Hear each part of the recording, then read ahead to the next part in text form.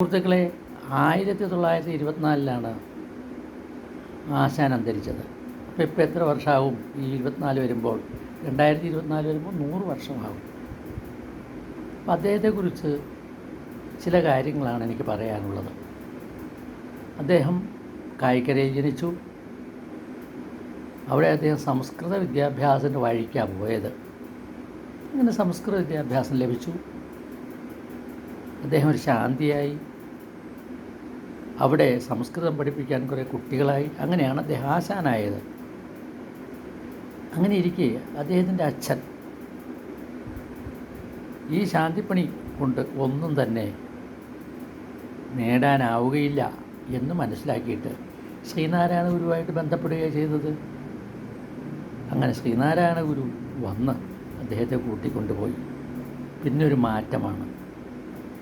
ആധുനിക വിദ്യാഭ്യാസത്തിൻ്റെ വഴിയിലേക്കാണ് അദ്ദേഹം മാറിയത്. ആദ്യം ബാംഗ്ലൂർ, പിന്നെ കൽക്കട്ടയിൽ എല്ലാം അദ്ദേഹം ഇംഗ്ലീഷ് വിദ്യാഭ്യാസത്തിൻ്റെ വഴിക്ക് നീങ്ങി. തിരിച്ചു വന്നപ്പോൾ അദ്ദേഹം ആദ്യമായി ചെയ്തത് ഭാഷയിൽ ഇംഗ്ലീഷ് വിദ്യാഭ്യാസത്തിൻ്റെ വഴിക്ക് കിട്ടിയ കുറേ ഗുണങ്ങൾ പ്രകടിപ്പിക്കുക എന്നുള്ളതാണ്. അതുകൊണ്ട് അദ്ദേഹം ആദ്യമായിട്ട് എഴുതിയത്, അല്ലെങ്കിൽ ഈടുറ്റതായിട്ട് അദ്ദേഹം എഴുതിയത് വീണപൂവ് എന്ന് പറയുന്ന കവിതയാണ്. അത് ആ കാലത്ത് സൃഷ്ടിച്ച കോളിളക്കം ചെറുതല്ല. ഇങ്ങനെ കവിത എഴുതുമോ? വീണപൂവിനെക്കുറിച്ച് കവിത എഴുതുന്നോ എന്ന് ആ ജന്മാർ വീണപൂവിനെക്കുറിച്ച് കവിത എഴുതുമെന്ന് അന്നത്തെ ചെറുപ്പക്കാർ. അങ്ങനെയാണത് സംഭവിച്ചത്. അദ്ദേഹം മാതൃഭാഷയിൽ തന്നെ എഴുതുകയാണ് ചെയ്തത്. അപൂർവമായിട്ട് സംസ്കൃത വാക്കുകൾ അദ്ദേഹം പ്രയോഗിക്കുന്നുണ്ടെങ്കിലും മാതൃഭാഷയിൽ തന്നെയാണ് എഴുതിയത്. മറ്റൊന്ന്, അദ്ദേഹം എന്ത് വിഷയത്തെക്കുറിച്ചാണ് എഴുതിയത്? തൻ്റെ ചുറ്റുപാടും നടക്കുന്ന അനീതികളും അക്രമങ്ങളുമെല്ലാം അദ്ദേഹം കാണുകയുണ്ടായി. അതിനെക്കുറിച്ചാണ് എഴുതിയത്. അതിനെക്കുറിച്ച് മാത്രമാണ് അദ്ദേഹം എഴുതിയത്. അങ്ങനെ ചണ്ടാല പക്ഷി, ദുരവസ്ഥ, ഒട്ടേറെ കാവ്യങ്ങളാണ് എഴുതുന്നത്.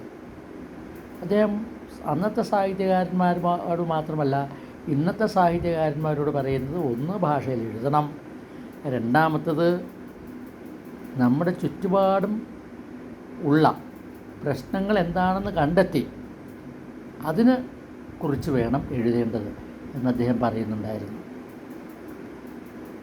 മൂന്നാമതൊരു കാര്യമായിട്ട് എനിക്ക് പറയാനുള്ളത്, ജീവിതത്തിൽ അദ്ദേഹം പുലർത്തിയിരുന്നൊരു ഐഡിയോളജിയുണ്ട്. അതിലൊന്ന്, ആരോഗ്യമുണ്ടെങ്കിൽ ഏത് പ്രായത്തിലെ പെൺകുട്ടിയും വിവാഹം കഴിക്കാമെന്നുള്ളതാണ്. ശ്രീനാരായണ ഗുരു പോലും അദ്ദേഹത്തിൻ്റെ പ്രായത്തിൻ്റെ നേർപകുതിയോളമുള്ള പെൺകുട്ടിയെ വിവാഹം കഴിച്ചിട്ട് ഒന്നും പറഞ്ഞില്ല. മറ്റൊരു കാര്യം ഓർക്കാനുള്ളത്, കവിത കൊണ്ട് രക്ഷയില്ല, പകരം ഒരു ജീവിതമാർഗം ഉണ്ടാകണം.